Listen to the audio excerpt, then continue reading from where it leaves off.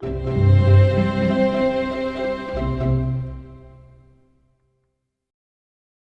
morning, everyone. I think we're just 3 minutes past 10, so I think we'll get started. And thank you for coming along this morning to our Healthcare Improvement Scotland Clinical Network Learning event. And the topic today is caring for co-occurring conditions. And I'm really delighted that we have two very experienced and knowledgeable speakers today. So I'll introduce them just shortly. Next slide, please. It'd be great to know who's here. If you're able to introduce yourself in the chat box. I'm Dr. Champrit Blaney. I'm a consultant psychiatrist in my day job, but also clinical lead for the Mental Health and Substance Use Project at Healthcare Improvement Scotland as a secondment from my day job. And I'll let Benjamin McElwee introduce himself as well. Hi, I'm Benjamin McElwee, Senior Improvement Advisor for the Mental Health and Substance Use Programme within Healthcare Improvement Scotland, and I'm sure you'll meet some other members of the team later on as we go through the session. Slide, please. If you have any technical issues, please contact Abby Tomlinson, who's one of our team via MS Teams, or abby.tomlinson@nhs.scot. Thanks. Next slide, please.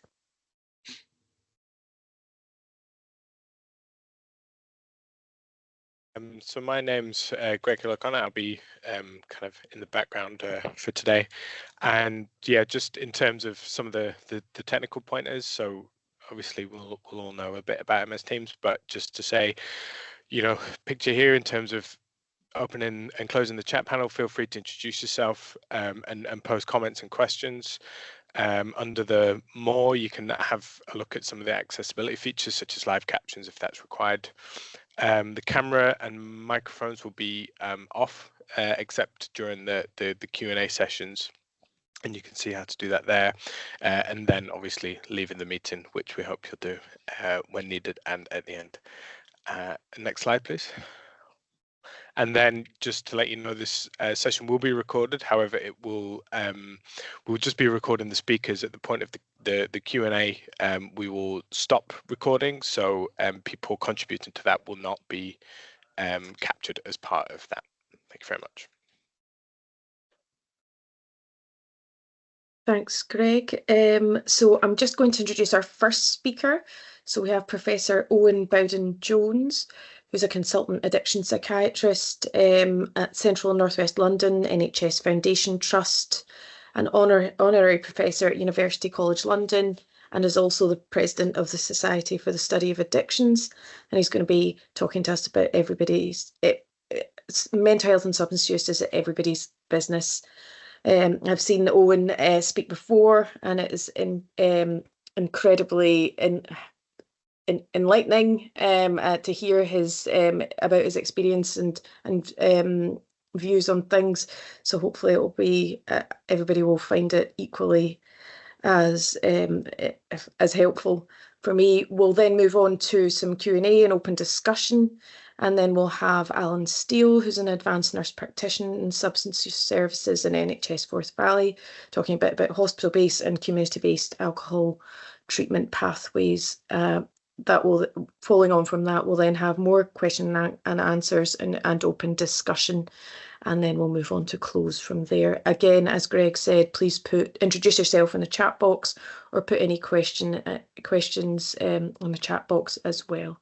But there'll be an opportunity to ask questions in person in those specific slots as well. Thank you. Next slide, please. I'll hand over to yourself, Owen, for your presentation, and thank you. Thanks very much, and thank you for the invitation. It's really fantastic to be here, and also to see, I'm just looking at the level of expertise appearing in the chat box as everyone introduces them. So it looks like it's already a group of experts who I'm speaking to. So I really look forward to the conversation and also to the Q&A afterwards. So I'm just going to bring my slides up now. If you can let me know when you can see these.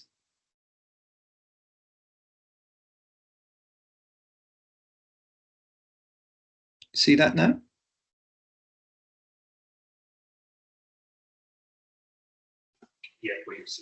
Yes, we can see them. Are you able to, if possible, put it on slideshow mode? There we go. Thanks. Fantastic. So thank you for the introduction. Just very quickly on my declaration. So you've got all my different roles there, but importantly, I received no funding from pharmaceutical, alcohol, tobacco, cannabis, or gambling industries. Okay, so what are we going to talk about today? I mean, in a way, I'm the warm-up act because we got another great speaker after me, but I'm just going to go through some of the conceptual frameworks around substance use and mental health, talk about some of the complexities of the definitions, who experiences it and how common is it, what are the challenges, and then, in a way, what psychiatrists and other mental health professionals should sort of know about this area. And then finally, I'm going to touch on a college report, which is being produced by Royal College of Psychiatrists, which will be published early next year. And I thought I might give you some early headlines as to what that's likely to recommend. So this is what we're talking about today. We're talking about the overlap between mental health disorders and substance use disorders. We could spend another day talking about a third group, which is the overlap with physical health disorders. But for today, we're mainly going to be talking about this overlap between mental health and substance use. You will probably all be aware that there are different mechanisms at play for people who experience both conditions. So some people start with a substance use disorder, for example, alcohol dependence, and then develop a mental health disorder as a result. So they drink heavily and they experience depression. Sometimes it goes the other way round. So people start with a mental health disorder and use a substance, which then becomes problematic. And that's sometimes described as the self-medication theory. So that might be someone who is struggling perhaps with anxiety and then begins to use benzodiazepines to manage that. And before long, they then develop a benzodiazepine problem in addition to the anxiety disorder. And then the third group is this group who experience a sort of more complicated interplay between the substance use and the mental health, and it doesn't have a sort of clear and start and finish. In terms of terminology, this is quite complicated because there have been lots and lots of different terms used. Back in the 90s, the term dual diagnosis was first coined, and actually some people still use that today, but there are lots of other phrases around comorbidity, multimorbidity, co-occurring disorders, coexisting disorders.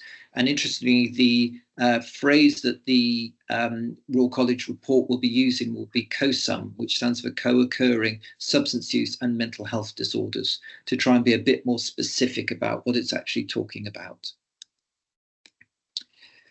So how common are these situations? How commonly do we meet people who experience both? Well, there have been a number of quite good surveys looking at both drug treatment, alcohol treatment, and mental health treatment services. And the numbers really are quite staggering. So in drug services, it looks like about a third of people attending the service have a co-occurring mental health disorder. And just to clarify, that's not mental health symptoms, but that's a diagnosable mental health disorder. If we look at alcohol service, it's even higher. So it's around 50%. And in mental health services, about 40% of people have a problematic use of drugs or alcohol. Now, this is important because this group experience poorer physical health, mental health, social health, occupational outcomes, and they die younger. So they're a very vulnerable group for whom there are, let's face it, a lot in all of our services.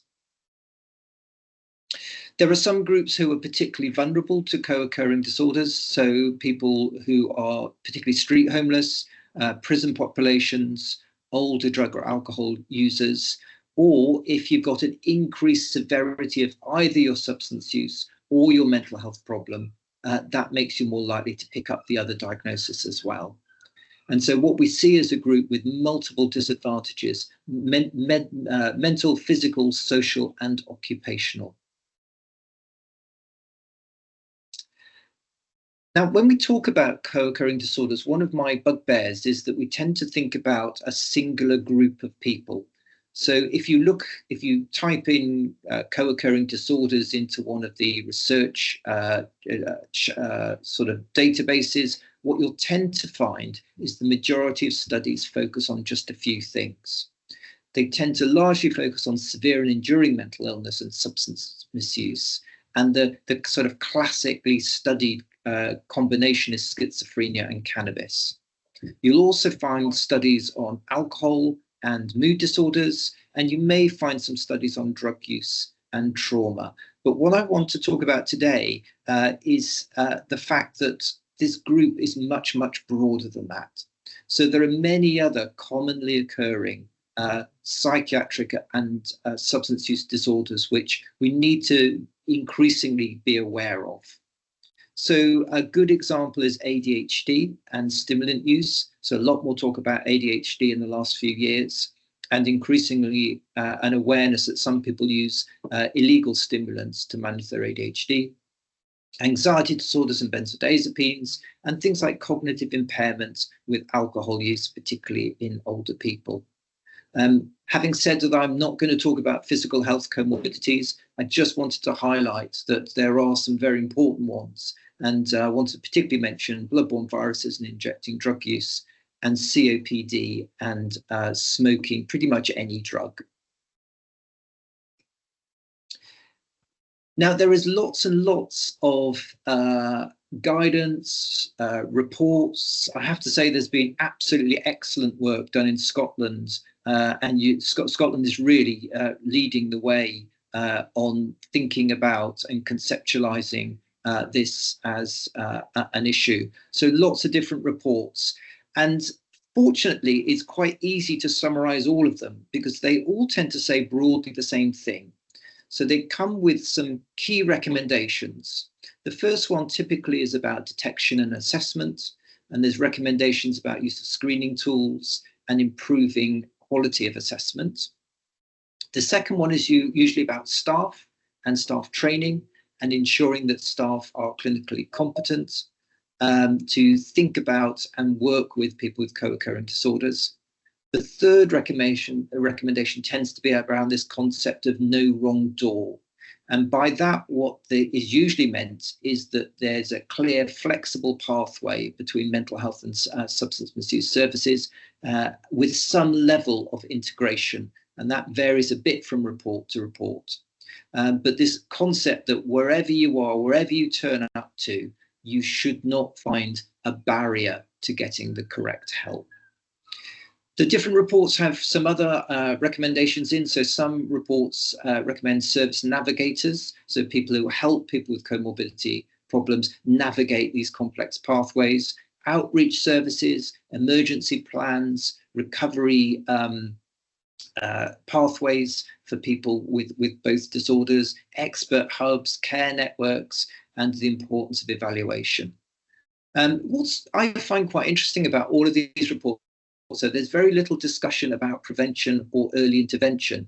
And I do think when we talk a little bit more through this presentation in the Q&A, I do think there's more opportunity for prevention and early intervention than perhaps we often recognise. So what are the barriers to good care for this group? Well, broadly, I think there are three barriers. There's the clinical complexity, there's the service complexity, and then there's the strategic complexity. So let's start with the clinical complexity first. So the sort of understanding, I guess, is that this is often considered to be the hardest group of patients. They are the group who often engage most poorly, are poorly compliant with treatment, and often are seen to benefit least from our standard treatment approaches. And in a way, that's not surprising in terms of the treatment, because when people run clinical trials, when people develop clinical protocols, they often exclude this group, so that we end up with protocols, we end up with research about different interventions that do not address this population. And so they get left out. And that's a common theme in terms of this group getting stigmatized. Another clinical challenge is just the variety of different co-occurring conditions. So I've mentioned these already, but cannabis psychosis, opioids and trauma, methamphetamine and ADHD, benzos and anxiety, alcohol and depression. There are so many different combinations that makes it quite hard for a single clinician to have expertise in all of those. And that very much sort of is the experience you'll have when you read the Orange Guidelines or NICE guidelines. The fact is there's so many different varieties of this that it's hard to have guidelines that cover everything.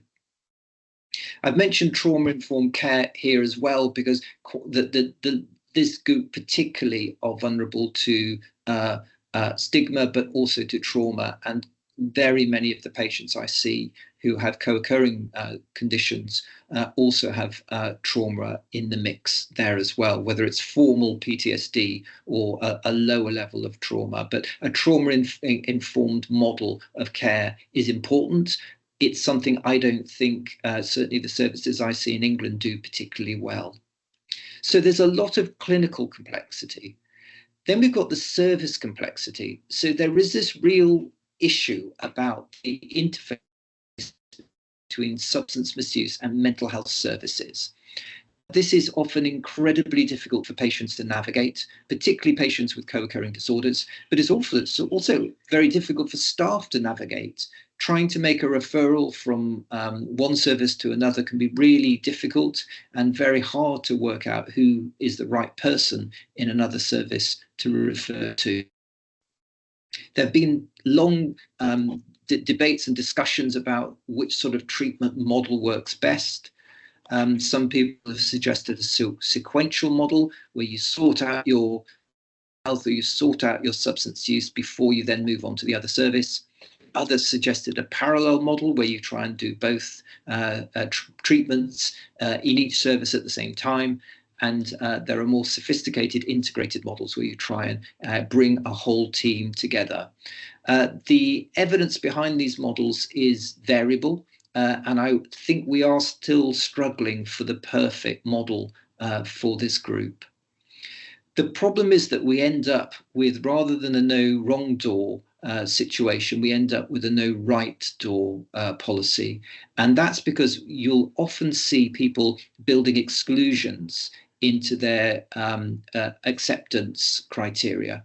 So I very often see situations where a psychological service in a mental health team will say, well, we'd be very happy to see them, but they're using drugs or they're drinking. Therefore, I'm afraid they're not eligible. And sometimes I see the opposite, where you've got someone in a substance misuse service or presenting to a substance misuse service, and they say, well, I've got schizophrenia.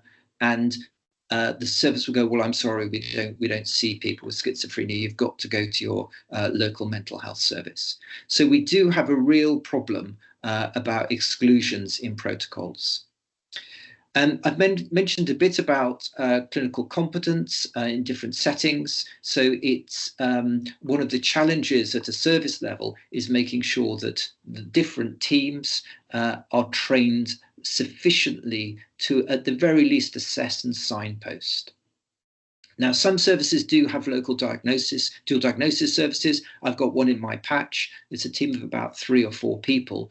But as I've already said, something like 40 to 50% of people in both substance use and mental health services are suffering with comorbidity. So a small team of 3 or 4 is never going to meet the need that actually is out there. So whereas those teams can be very effective for a small group of patients, we need to be thinking much more broadly in terms of how we manage the large numbers of people who are experiencing comorbidity.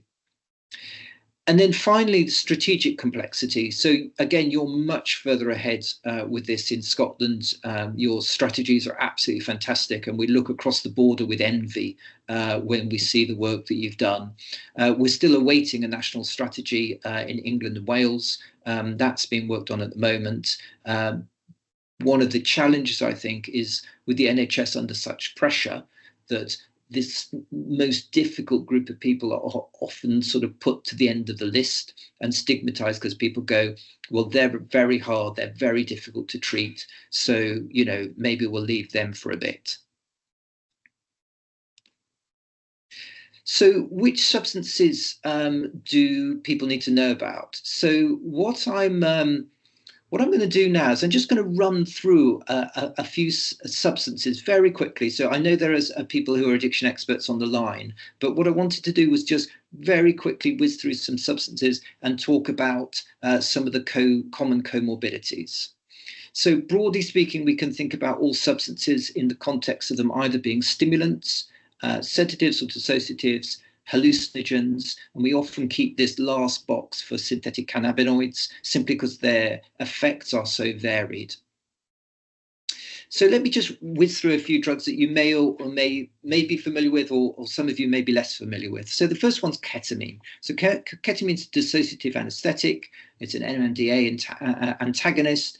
It's obviously a legal medicine used in medical and veterinary practice, but it's also a common club drug. It's a white powder, it's usually snorted, and the desired effects of people who use the drug are relaxation, dissociation, and in some senses, a severe dissociative experience called the K-hole. Certainly the drug can be psychologically it's still unclear whether it's physiologically dependent. Now, the need to know comorbidity is really around urological damage. So ketamine damages the bladder. This can be very serious. Patients can present with polyuria, dysuria, and hematuria. And having a pathway into urology is absolutely critical for this group. K-cramps is another common comorbidity that patients using ketamine experience.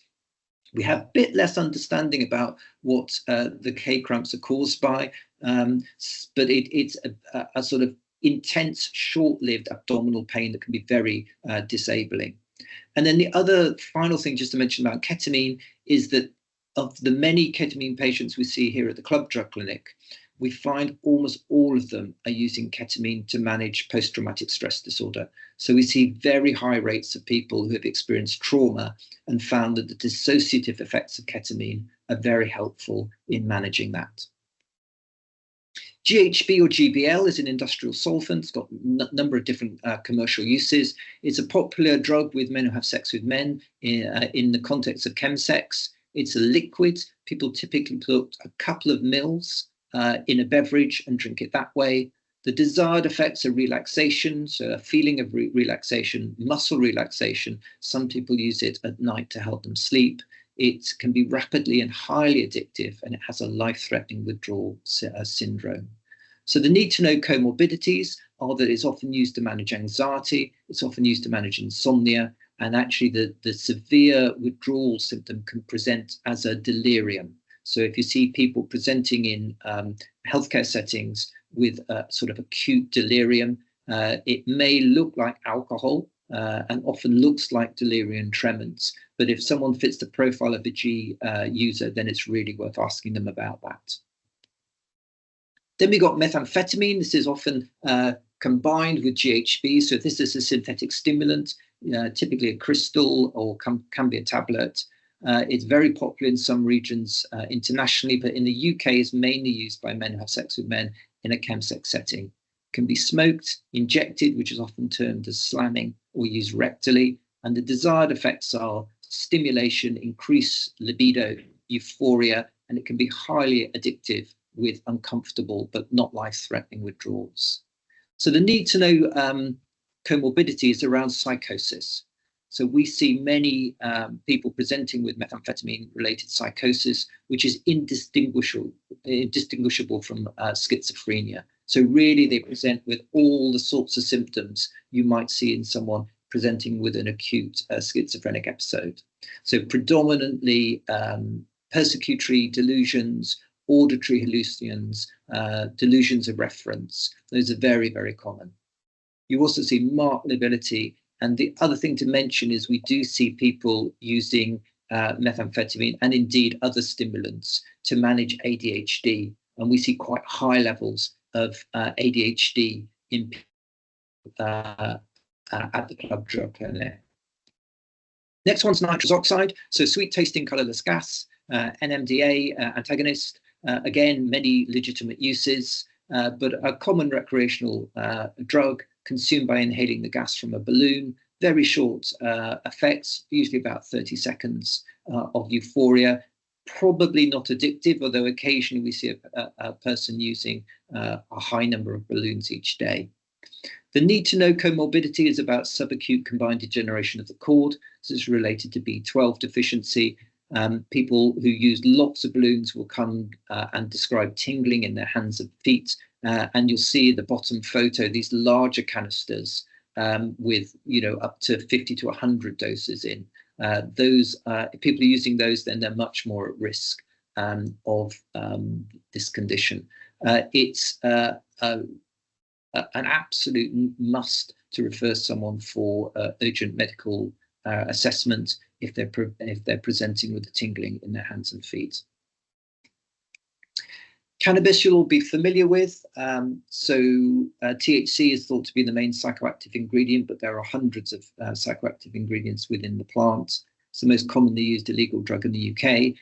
Typically, 10 years ago, majority of people smoked cannabis in the joint, but now we're seeing the market very much diversifying. People using vapes, people using edibles, people using creams. The desired effects, as you'd be familiar, are mild euphoria, nighttime sedation, and relaxation.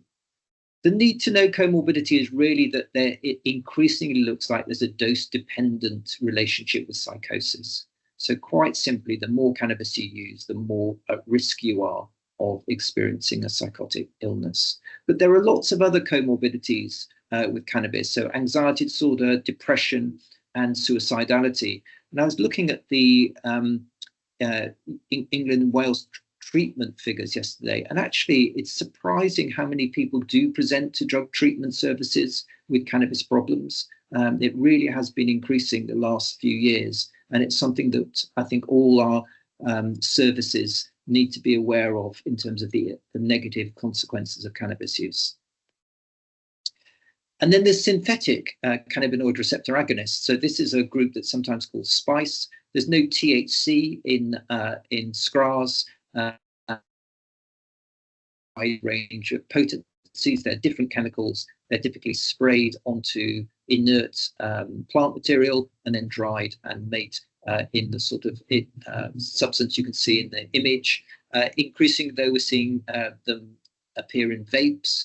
And actually, we're seeing clusters of people getting quite unwell from smoking high potency SCRAs in vapes. Particularly focused in homeless populations and in custodial settings, the desired effects are rapid intoxication and sedation. But the need to know comorbidity is that SCRAs cause a really wide range of acute psychiatric presentations. So psychosis, acute anxiety, severe mood disturbance, suicidal thinking, self-harming behavior, and delirium. So these are really quite toxic drugs that cause a very broad range of mental health comorbidity.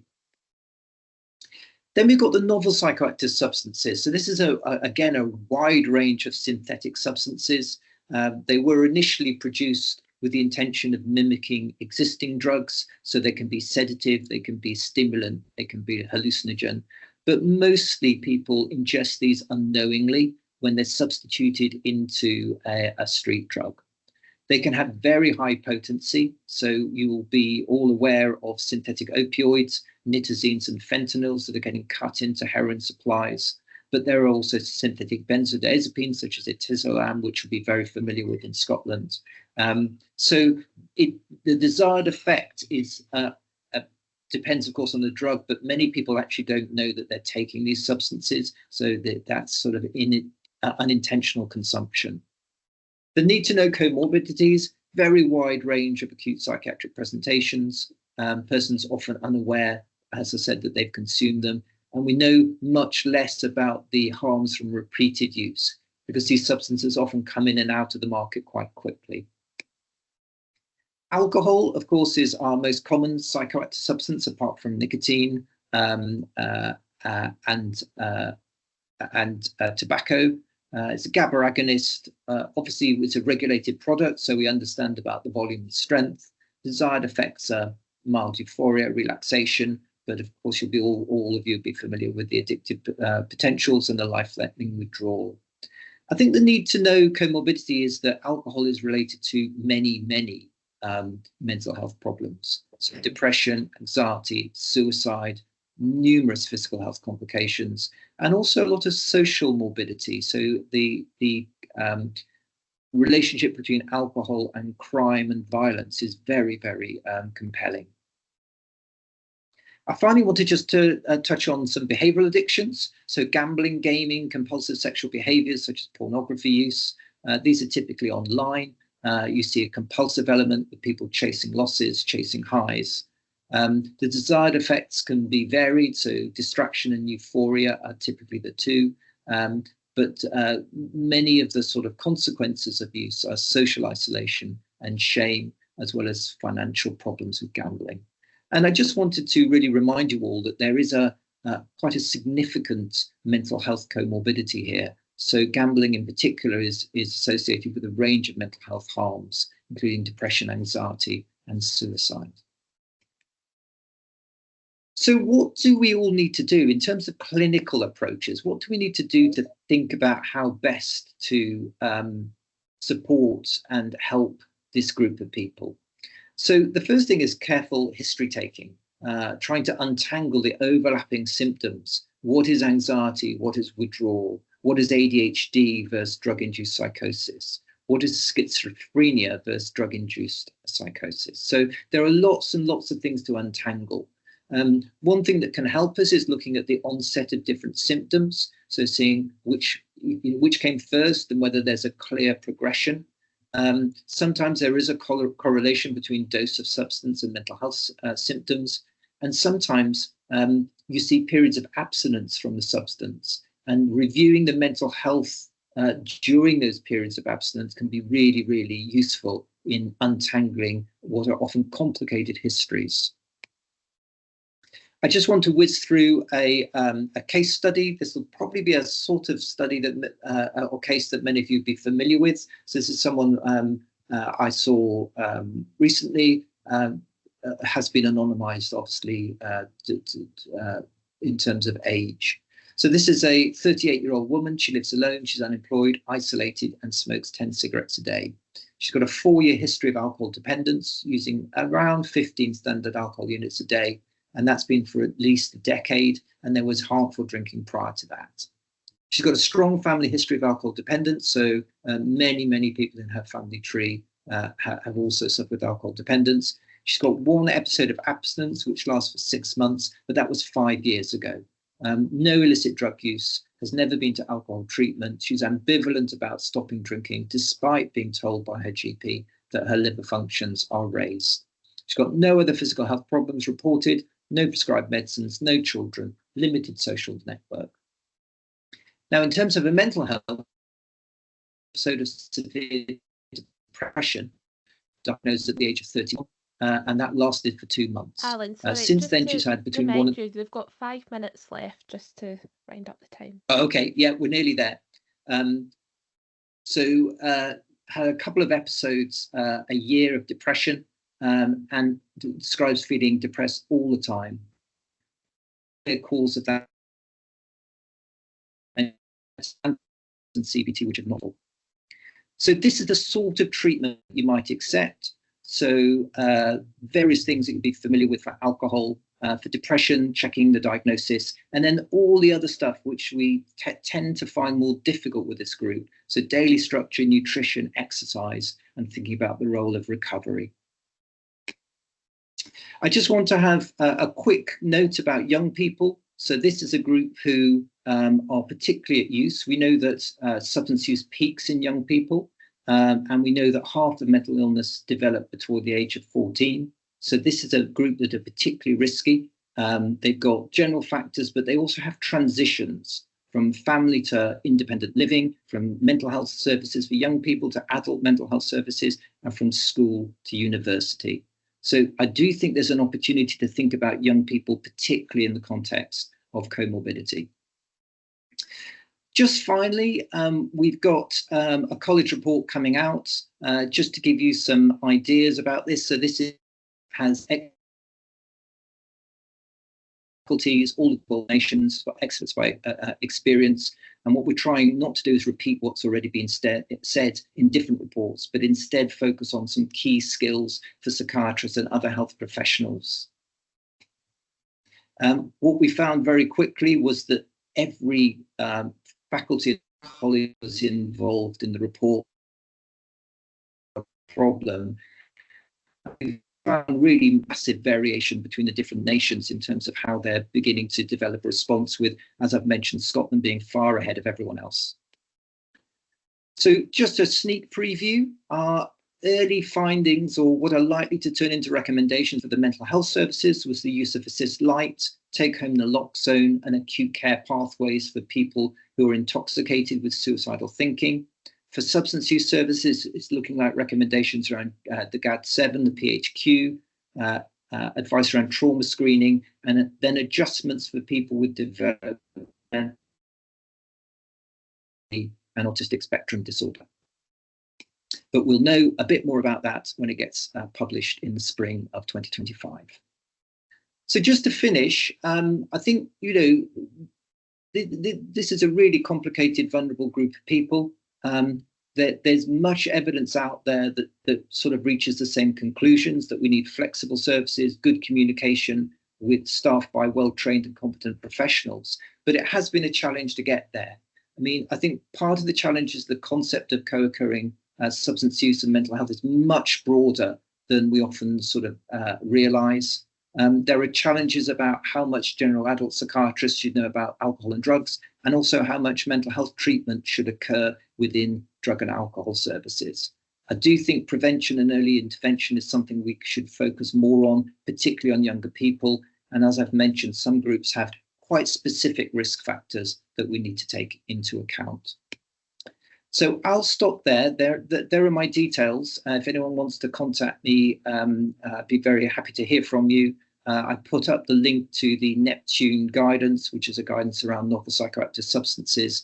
And also the Addiction to Medication is an online app, which has a 4-module free training program around different medications and the problem they can cause.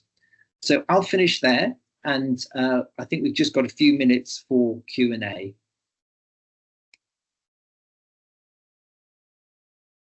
Thank you so much for that, Owen. That was a really great presentation, really covering such a wide variety of topics and clinical scenarios and different drugs and co-occurring mental health disorders. I'm going to open it up to the room. I think I just saw a hand go up. Has it gone back down? We have Mr. Alan Steele here from NHS Forth Valley, who's an advanced nurse practitioner. I'll hand over to you, Alan, to speak about alcohol detoxification in community and hospital settings. Perfect, thanks, Shampoo. Can everyone hear me okay? Okay, yep, excellent.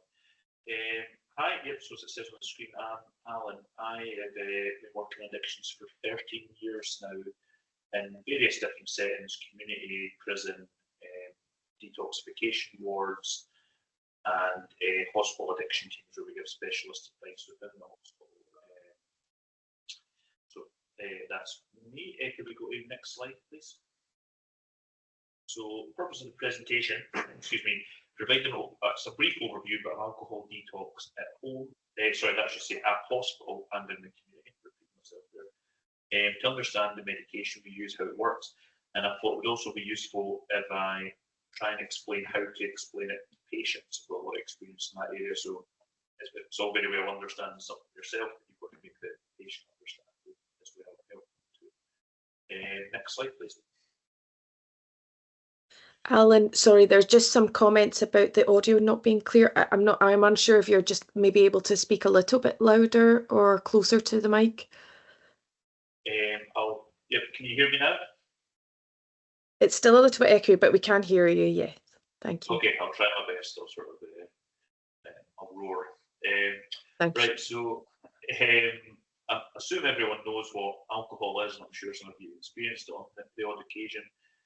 So several thousand different types of alcohol, and all sorts of names for it. So for the purposes of this presentation and for the purposes of doing a detox, it doesn't really matter what the type of alcohol is.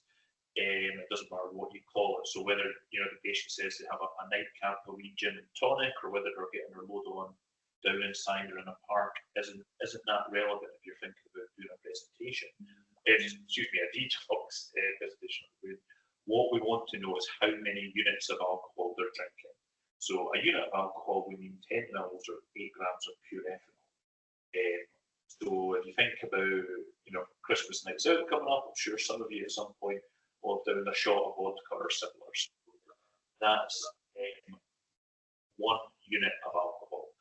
And for detoxes, just in the last year before Fally, I've detoxed people or helped detox some who are drinking 10 to 20 units, so roughly a half bottle of vodka a day, or you might be detoxing somebody who's drinking 3 liters of vodka a day, 120 units or 840 units a week. So an extraordinary range of the amount of alcohol you might be dealing with people.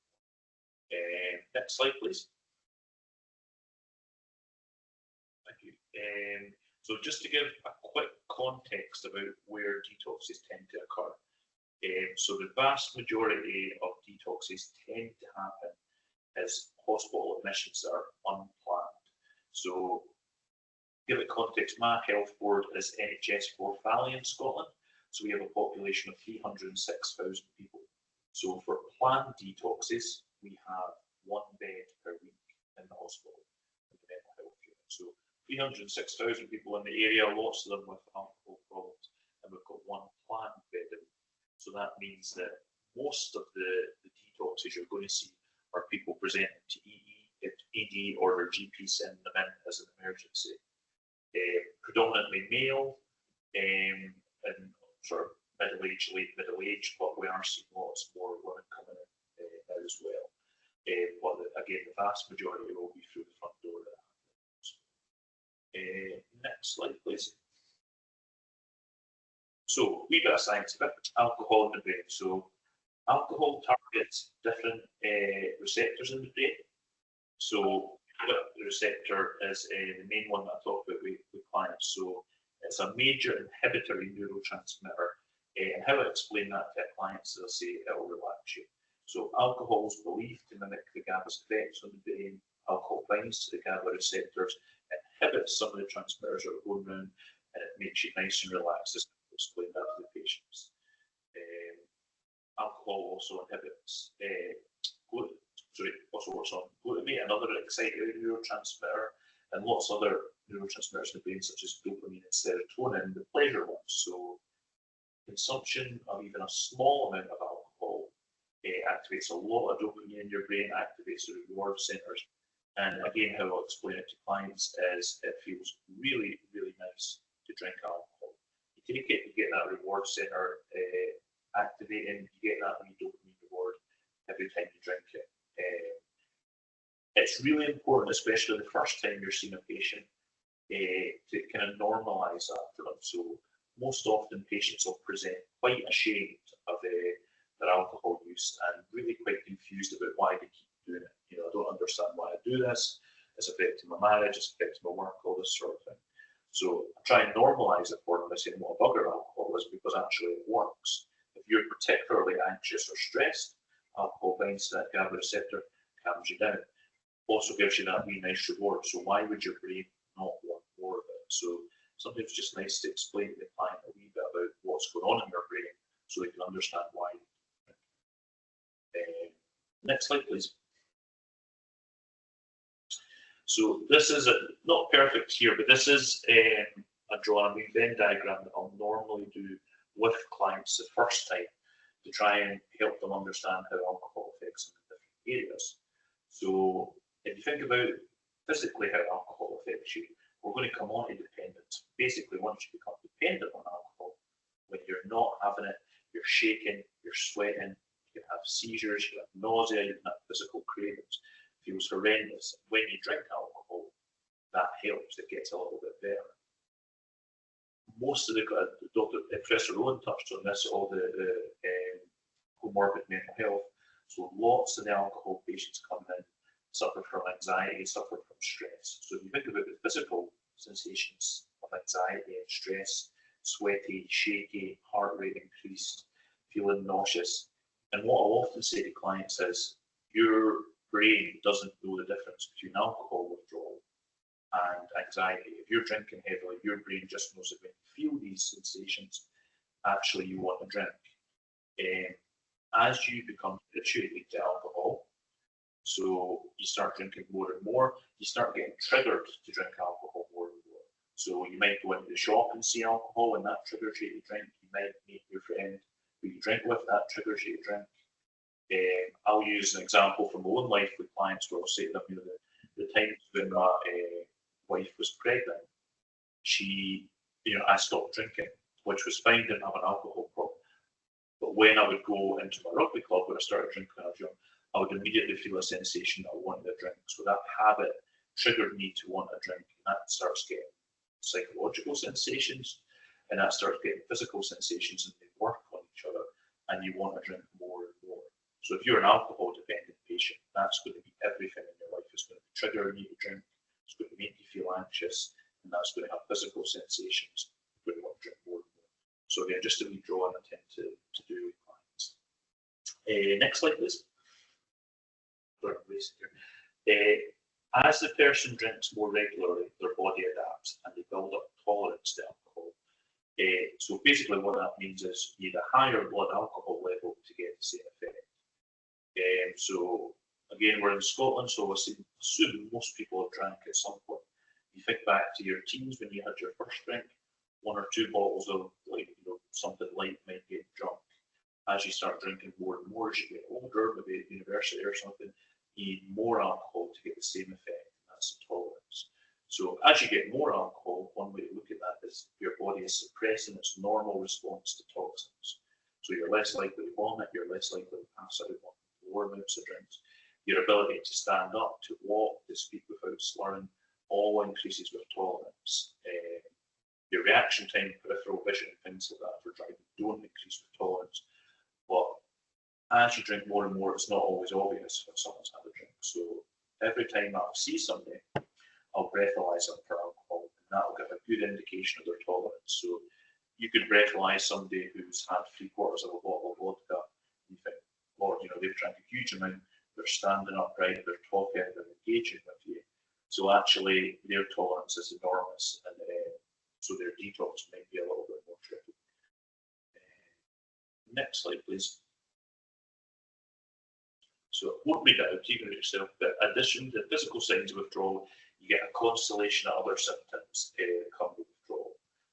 Psychological discomfort, anxiety, agitation, irritability, lack of ability to enjoy yourself, no pleasure you're feeling, achiness, just not being right with the world. So again, to normalize it for patients, we'll say to them, you know, you get that reward pathway in your brain when you drink alcohol, so it feels nice. And when you try and stop, it feels horrendous. So why would you not keep drinking? Your brain really is looking for more and more alcohol at that stage. Next slide, please. So alcohol withdrawals. I quite like this drawing actually because sort of visuals. Sometimes I'll show that to patients. So again, for most people, they would never hit stage 4 or 5, but you may have experienced or you may have seen people drink that early experimentation stage, which is quite fun. Then you need more and more alcohol with the tolerance we talked about, and then the adverse effects start to increase. So that might be physical withdrawals or hangover in the morning. It might mean you're not making your work. It might mean that you're not, you know, being the person you want to be in your family. If you're getting to that stage, you can lead on to dependence and addiction. As that happens, there's a host of neuroadaptive changes in your brain and your stress systems. So how I'll explain that to clients is if you think about you take more and more and more alcohol, that's a downer, so that should really knock you in. Your body builds up tolerance and your body's trying to keep you in a homeostatic state and keep you on an even keel. But the more alcohol you drink, the more downer you're putting in, the more your body has to fight back. And you're in this seesaw where you're never on an even keel. So somebody who's seriously alcohol dependent might be waking up in the morning needing a drink. They might be waking up during the night needing a drink because they're feeling shaky, they're feeling vomiting. So again, explaining to clients what's happening there, that is full dependence we need to get to that stage. Next slide, please. So alcohol withdrawal. So you've built up your tolerance, you've built yourself up to the point that you're severely dependent. And as we said, most of the alcohol withdrawal detoxes that happen in Scotland actually happen at the front door of a hospital where patients go in. So often what happens is they'll turn up and severe alcohol withdrawals are brought in, they're assessed for withdrawals and they're treated for them. And the first 2 days, you're really high risk of having seizures. So often, you might be kept in the hospital for a day or two, say we'll get you over the risk of the seizures, it's life-threatening. And then day 2 or 3, you end up discharged because your alcohol withdrawals are going down slightly. If you look at that chart, what happens is over time, you do start experiencing more severe withdrawals, day 3, 4, 5. So that could be physical vomiting, agitation, disorientation. It could be delirium tremens, it could be life-threatening. And your chances of mortality of dying increase in that area because you're more risk for infections, for fever, for fluid loss. But most patients are discharged from hospital this sort of day 3. It'd be interesting to see what people's experiences around Scotland and the UK, but certainly in my own local hospital, there are absolutely no beds most of the time. People are, 5 patients in a 4-bedded patients with treatment covered says. So it's a really difficult situation. Ideally, the doctors would like to keep the patients in for 4 or 5 days, but the beds aren't available. And actually, they're looking at the patients who may be regular attenders, thinking they're going to go back to alcohol anyway. So they're discharged before their alcohol detox is actually complete. I don't know the answer yet. So ideally, the patient should be kept in longer, but it's a really challenging situation. Next slide, please. Oh, next one. That's it. So what actually is a detox? So I'll explain this simply to clients in that a detox is where we use medication to swap out the alcohol and then gradually bring it down. So over, say, 4 or 5 days a week, so that actually they're not in physical withdrawals anymore. So they're not shaky, they're not sweaty. Normally we'll use a benzodiazepine drug, so often diazepam, it might be lorazepam, which is shorter acting. But a benzodiazepine works on the same GABA A receptor that alcohol works on, and it can reduce or stop the alcohol withdrawals. So I've no idea if this visual demonstration will work online. I usually do it in person, but how I'll explain to a client is if you imagine a GABA receptor looking up, something like a cup. So visualize that in your brain. You drink alcohol, it goes into the GABA receptor. And that gives that nice inhibitory effect that relaxes you. You feel better, you're getting that reward pathway when you've got the alcohol present. Then it leaves your system and you start feeling a bit worse. And you build up your tolerance over time, you need more and more and more alcohol. So at this point, you need a detox. So at that point, this glass is the GABA A receptor. We swap in diazepam. And it works exactly the same as the alcohol on the receptor, so it can slowly withdraw them and then reduce the amount of benzo over time. It's a nice visual representation to the client who may not understand what a sort of neuroreceptor is in the brain of how it works. 2 seconds. Next slide, please.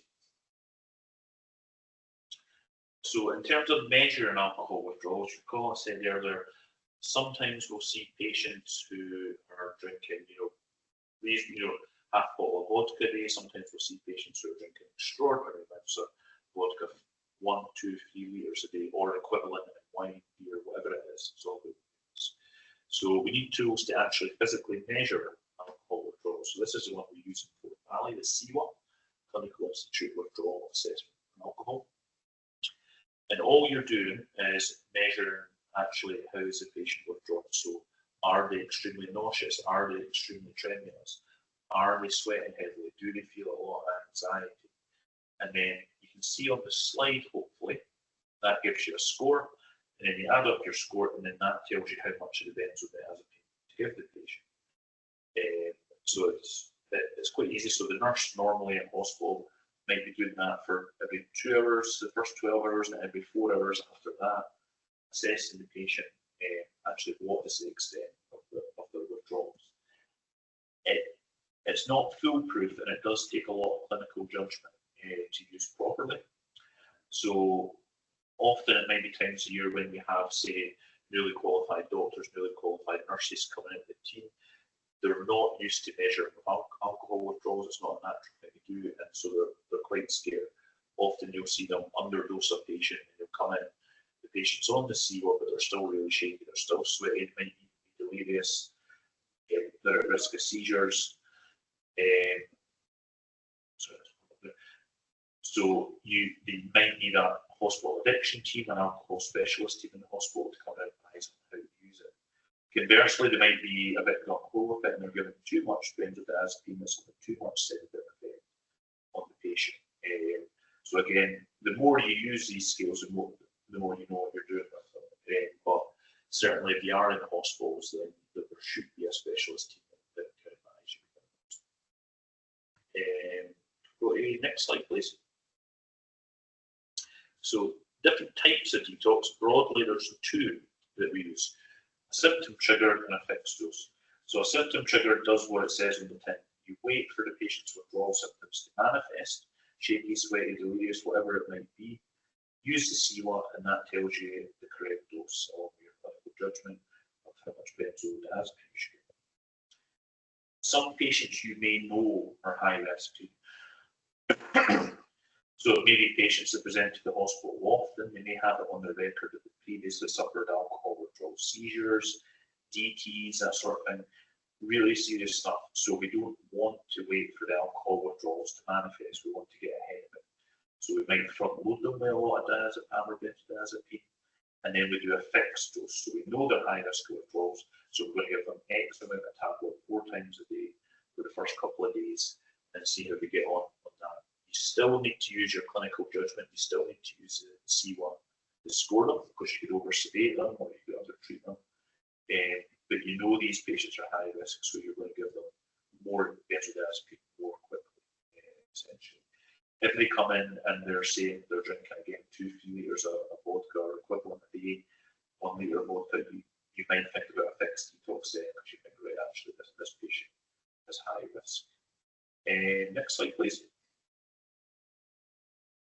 So where do you detox? So broadly the two options, unless you have a specialist unit, are community or inpatient, which would be the mental health unit in Forth Valley where I work. So community detox, patients should be going to the community addiction team.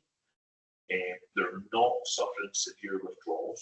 So we use a tool such as the severity alcohol dependence questionnaire to try and measure their withdrawals. So do you have seizures? Are you waking up shaky? Are you waking up sweaty? Are you waking up dread? Are you drinking more than 20 minutes a day? These sorts of things make them higher risk, so we might not do a community detox.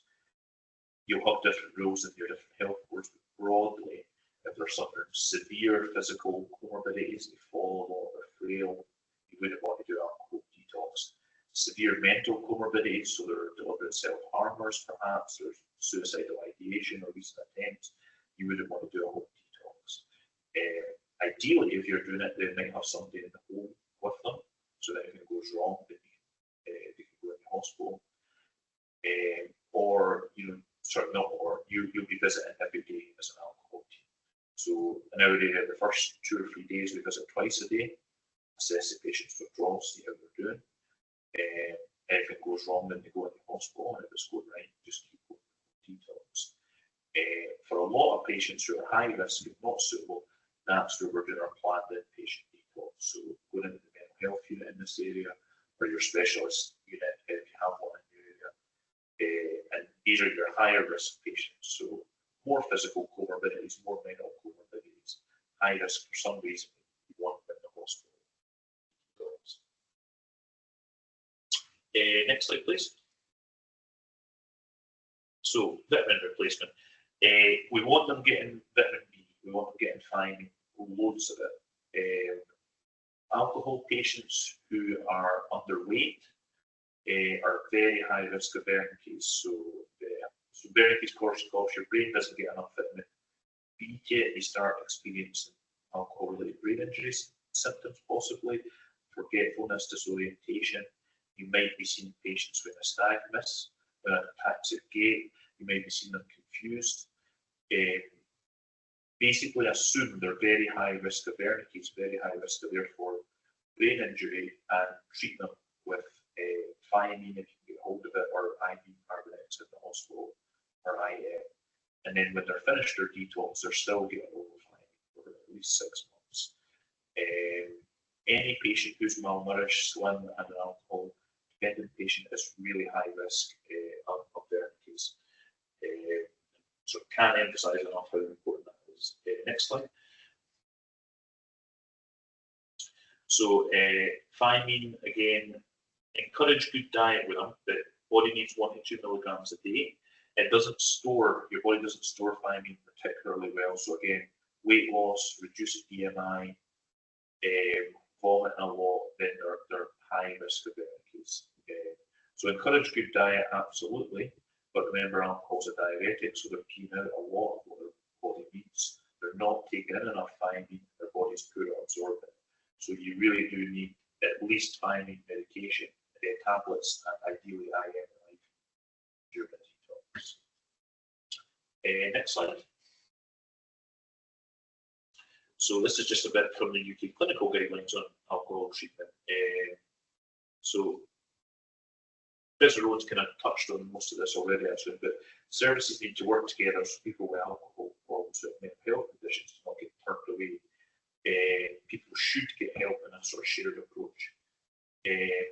When we're talking about a planned detox, so not somebody that's just turned up at hospital, somebody working with the alcohol team, the psychosocial work with them should start well in advance of the actual detox. So we think back to that Venn diagram with all the psychological symptoms, the habits in their life, the physical symptoms. You should be working on all 3 well before detox, ideally.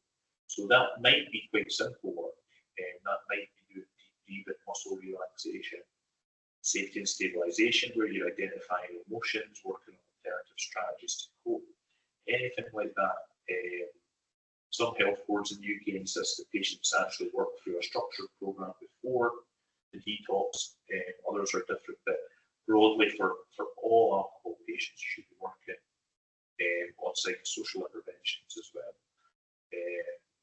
And really changes in their lifestyle. So when I was working with alcohol patients daily as a nurse, I would always be working on body achievement, connection, and enjoyment. So looking after your body each day, eating well, washing yourself, setting achievements each day that you can tick off as you go through the day, connecting with other human beings, enjoying something that isn't alcohol, so that you're building some structure and some capital in their life that after the detox they can go back. Next slide, sorry. Oh, is there not one with peer support in there?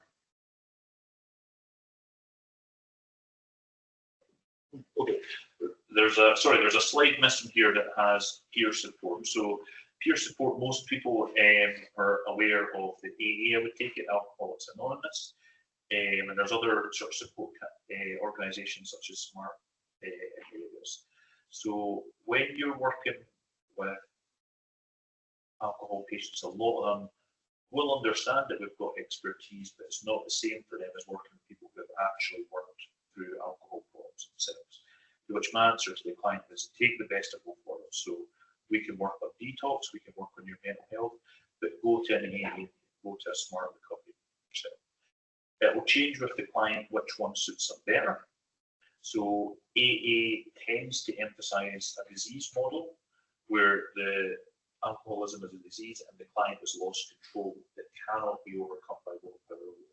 So your first step, the 12-step program, famously is admitting that you've lost control over the substance, and they need that peer support. They need might be a higher power, it might be God, it might be something different in their life to help them get through it. The SMART model, self-management and recovery training, They're a slightly different approach, and that emphasises self-empowerment. CBT, cognitive behavioural techniques, open recraving techniques, they focus less on just the alcohol, work on building motivation, coping with urgents, problem solving, lifestyle balance, and so on. So that's more or less me. So in summary, when you're working with alcohol detox patients, you're thinking about how many units they're using, how severe their withdrawals are going to be, where you want to detox them. At home, is it safe? Does it have to be in a hospital? You're thinking about what type of detox you want to do. Do you want it to be the symptom triggered, going to wait for withdrawals? Do you want to get in front of it and you do a fixed detox? And working at the same time on the psychological side of it, habitual side of it, or the habits, and the physical side of it. Thank you very much. That's me. Any questions? Thanks so much, Alan. That was really helpful. I especially like how you go back to, you know, the core bit of how it all affects you in the brain, and how, you know, how that then affects the whole system, and in all your physical health, your mental health, and how things develop for patients.